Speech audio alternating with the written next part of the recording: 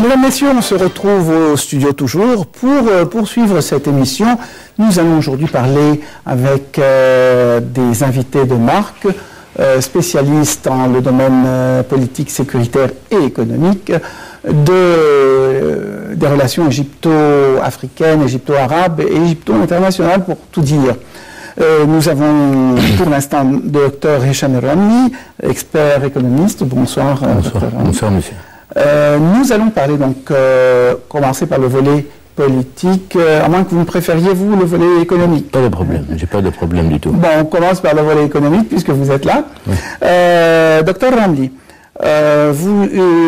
l'Égypte accueille ces jours-ci, lundi, le sommet africain de la COMESA à Sharm el-Sheikh. Oui.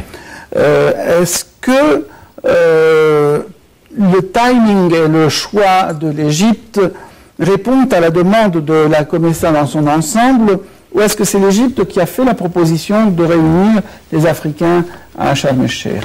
Je crois que c'est notre proposition pour commencer à refaire nos affaires étrangères avec les Africains, parce qu'elle a été oubliée pour des longues années, et nous sommes la porte de l'Afrique. L'Afrique est très importante, c'est un trésor caché, et on doit reprendre ces relations pour en plusieurs niveaux, agricole, politique, beaucoup de projets. Il y a des Égyptiens qui travaillent déjà en Afrique. Pouvez-vous nous parler de quelque chose de concret? Parce qu'on a très souvent l'impression que ce sont des réunions protocolaires, surtout si c'est l'Égypte qui invite et qui en fait les frais. Oui.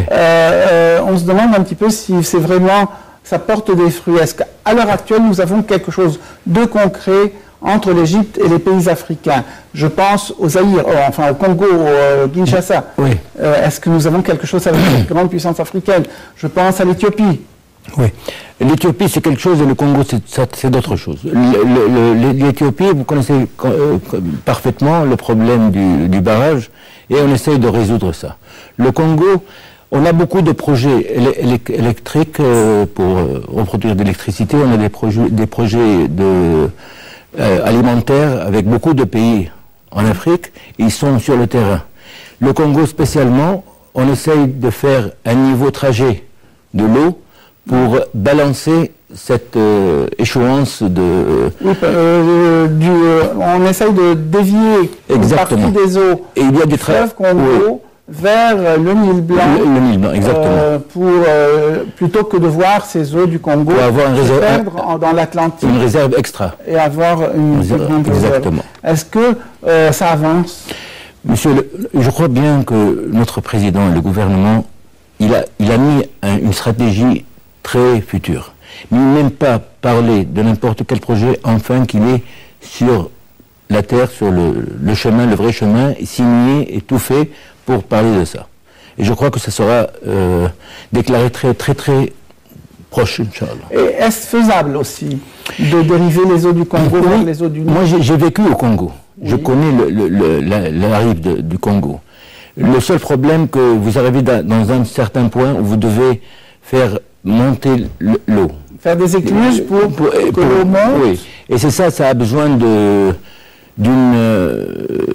pas de barrage, mais d'une station qui fait l'eau dépasser ce chemin. Oui. Mais je crois que c'est faisable, et si ça sera fait, ça sera très bien, parce qu'on aura une réserve stratégique, et on n'aura aucun problème avec les autres réseaux de l'eau. Sans que le Congo ne perde quoi que ce soit, puisque ce sont des eaux qu'ils n'utilisent pas, le Congo n'ayant pas du tout besoin. Ils n'ont pas besoin du tout. Moi, j'ai vécu là-bas, je connais.